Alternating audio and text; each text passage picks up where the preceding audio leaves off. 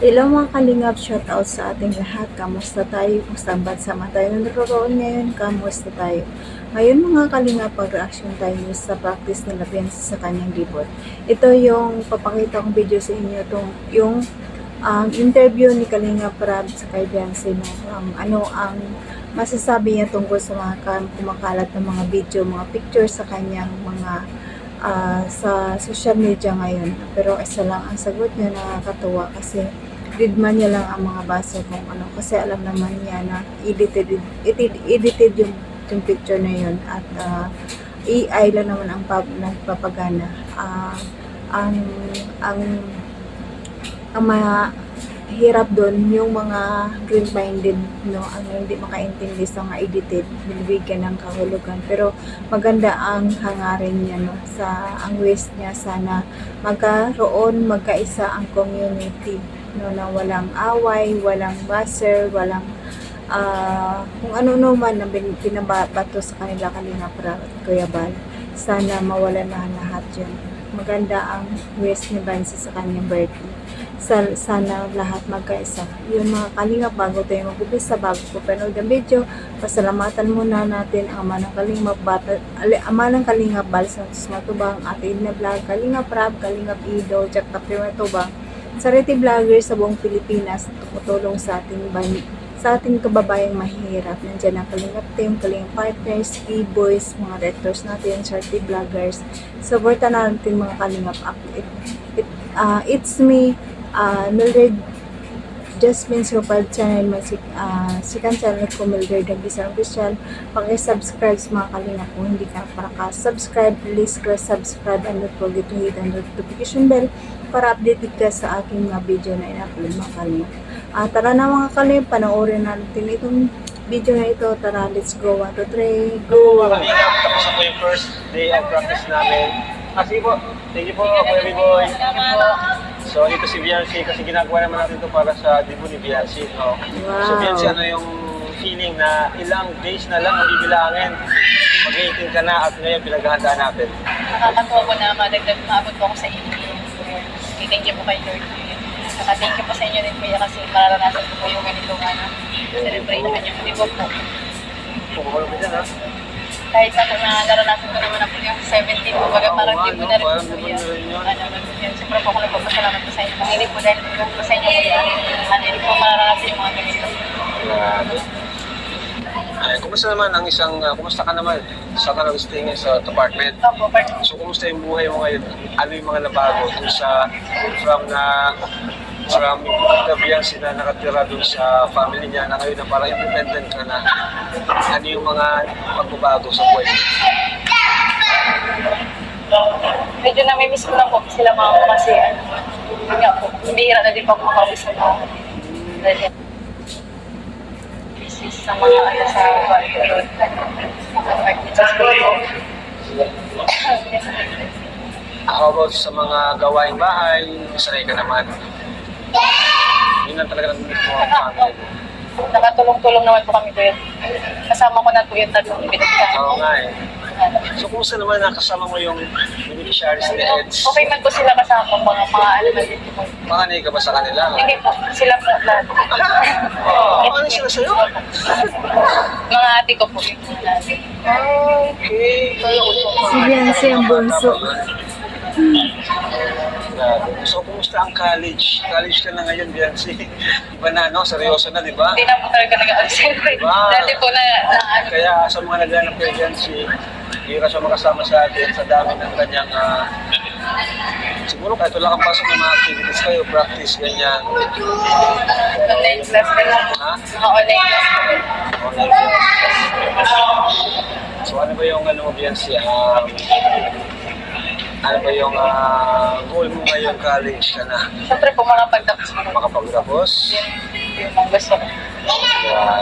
Yung talaga ang hiling Pero, Beyonce syempre, makapagtapos i-balance pa rin ng natin, ano, tawag dyan, dapat magpahinga ka rin kasi nagkakasakit ka.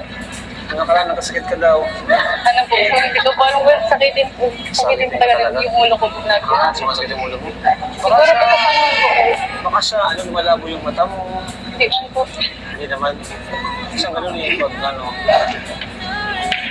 So, basta excited na kami lahat. Ano gusto mong sabihin sa mga mga sponsor na nagtumulong dito para matupad tong debut mo.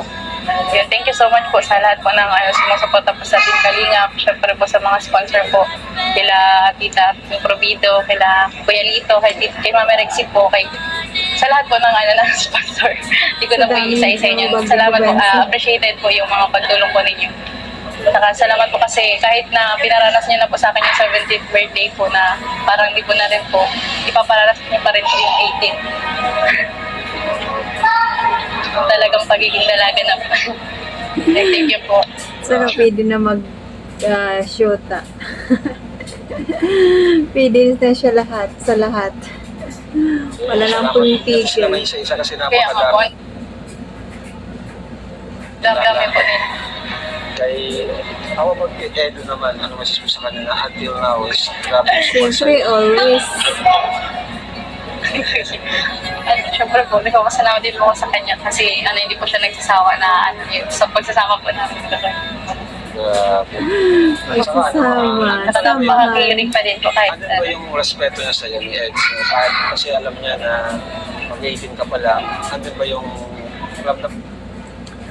Diyan ako believe kay Papa Eds kasi narespeto niya si Beyonce. Talagang alam niya ang level niya kung saan lang siya, hanggang saan lang siya. Kaya tuwang-tuwa talaga kami kay Habi. No? Super bait. Pero may nag-comment daw na hindi daw niya, ano yung sabi niya? Hindi daw siya maniwala na mabait si Papa Eds hanggat hindi sila ni Beyonce mag-asawa. Doon mo makikita nga ang isang tao, ang kung mabait o hindi, pag hindi pa kasi yung mag-asawa. Lalo na kung mag-asawa kayo, hindi mo pala alam kung mabait siya o hindi. Ano ba naman? Yung kanyang respect, pagiging gentleman sa'yo. Sawan po po yan. Talagang ano siya, Tsaka kahit bihira na lang po kayo magkita, nagpapadala po siya doon ng pagkain. Wow! Sikreto pa pala Papa Eds Palagi palang may pagkain Kaya pala tumataba si Beyonce, nag-exercise na Okay po hindi sa, na kayo makita. Ano yung rason? yung sa school nga po, pasok po tapos Pasok ka, sa may tapos- scout naman po siya nag-scout. Pero nagkita naman kayo. Off-cam. Off cam, Siya po, yeah. Di bali, nagkikita sila off cam. Grabe, nakatuwa naman. Parang ang matured nyo parehas. Yes. Kaya bagay na bagay sila Kung ano man meron sa inyo ngayon, private yung dalawa, di ba? Nasa inyo na lang dalawa, hindi nyo na kailangan i-broadcast lahat. No? Kung ano yung... Maganda nga sila kasi hindi mo talaga malalaman na sila na Kaya marunong talaga tong dalawa na to Sa off-cam talaga, doon talaga, kung makita lang natin sila off-cam, doon natin masasabi talaga na napaka-sweet nilang dalawa. Pero sa vlog, hindi gaano. Kasi, siyempre, respetado pa nito pa si Beyonce. Kasi si Binden pa lang. Pero malapit na ang 18. Siguro malaman na natin to. Galo na gustong matanggap na yung 18th birthday. Wala ako po Si yung Papa Eds. Kahit hindi siya... Sagot naman. Kahit Isa lang ang gusto kong regalo. Si Papa Eds. Ako lang sumagot. prayer mo sa Panginoon, ano yun? yung po, kumambaba po yung buhay ng mga magulang. Yan Tapos, talaga maganda. Yung makapagtapos po kung mag-aaral talaga po. Yan, isa Gusto pa mo yan. regalo. Para Matagal pa matulungan. yun. 18 ka pala, 18, 19, 20, 21. Sa 21 Tagal pa pa. yun, matatanggap yung makapagtapos ka. Yung ngayong 18, ano yung regalo gusto mo? Anong simpleng bagay na gusto mong matanggap mula sa ating Diyos o sa mga kaibigan mo, sa pamilya mo? Siguro po Kuya Rab yung pagkakaisa na lang po sa community po ba yun ng Maganda. Maganda nga. Talagang maganda yan. Parang, oo nga pala, matanong ko. Bihira Speaking lang of, yan. Bakit may kumakalat na picture na edited? No, Yan. ano nasabi mo dun na? Grabe naman Halata naman po yung edit. Saka, kumbaga, iwan nyo na Edited naman talaga Hindi makalaman sa mga bashers dyan. Gusto niyo pabagsakin si Beyonce. Kasi napakabait itong batang to, hindi ito pumapatol, hindi siya nagpo-post ng kung ano-ano. Tapos ginaganyan niyo po siya, wala lang po siyang ginawang masama sa inyo para siraan po ng ganyan. Di ba? Oo naman. Kaya anong... Super bait ka, di ba? Kayo mga kalingap, nakita nyo ba nakasimangot si Bebian si bawat vlog? Ako, mula part 1 hanggang part episode, hindi ko siya nakikitang nakasimangot. Laging nakangiti talaga siya, kaya yun ang maganda kay Bansi, kaya lagi siyang nakangiti. Kahit na bad mood siya, pero nakangiti pa rin siya. Talagang dyan mo makikita ang isang tao na mabait Ang talaga. araw-araw ko nakikita kang ganun. Siyempre, Wala nagalit po, ka rin. Marunong ka bang magalit? Dead naman na lang po kuya. Kasi parang Hindi ko Nakangiti alam. lang talaga siya. Hindi ko nakikita nakasimangot. Hindi po natatawa lang po ako yung mga ganong video ko. Yung nakita ko po kasi ko yung edited ko pala. Natatawa na lang po ako. Oo, kasi sa ngayon kasi ang daming AI ay Opo, alam ko naman po ano lang. Maraming Saka ano na lang po yung maniniwala dun. sa AI kasi maraming magagawa kahit ano-ano na lang. Ay nako. Oo. Siguro hindi po totoo ano kung maniniwala sila. Ang mahalaga siya sa iniwala sa'yo. Yun ang dapat. Siniwala kayo nabi. Mabilis ang sagot. Tiwala lang. So yun, thank you so much mga kalingap. At salamat po. Abangan nyo na lang po yung mga susunod na kabanata sa buhay ni Biancy na magiging na siya. Ganap Lalapit na dalaga kanyang na. 18th birthday. Ano, abangan nyo po yun. So, susunod, may mga practice pa kami sa sunod. Ito yung first practice namin. So, thank you po. God bless. Bye-bye. So, ayan mga kalingap, nakita natin ang mga sagot ni Beyonce sa mga tanong ni Kalingap Rab. Lalong-lalo na doon sa picture na kumakalat na edited, no? Isa lang ang sagot niya. Edited lang yun, didma lang siya. Na maganda talaga kay Beyonce kasi hindi mo siya nakitaan nakasimangot o ano dyan, kagaya ng iba nakasimangot sa vlog. Siya, hindi ko talaga siya nakikitaan, kaya proud kami sa iyo, Beyonce. Kaya, sa lalapit na birthday mo, sana masagot mo na si Papa AIDS. Unahan na namin kayo. Kaya hanggang dito na lang makalingap at hanggang sa susunod na naman muli ang aking video na ito. Kasi medyo mahaba na. Hanggang dito na lang mga kalingap. Huwag natin kalimutan i-subscribe ang mga ng kalingap, Balsat sa Matubang, at na vlog Kalingap Rab, at sa lahat ng kalingap partners. Supportan natin mga kalingap.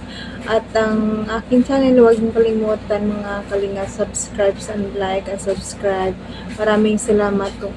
Maraming salamat sa inyong lahat sa pagpapanood sa aking video. Appreciate ko po yung lahat dyan. Maraming salamat sa inyo. Kalingap team, Kalingap supporter, solid IDC, solid Kalingap viewers, silent viewers, maraming salamat sa inyo. And I love you all. Appreciate it lahat. Bye-bye!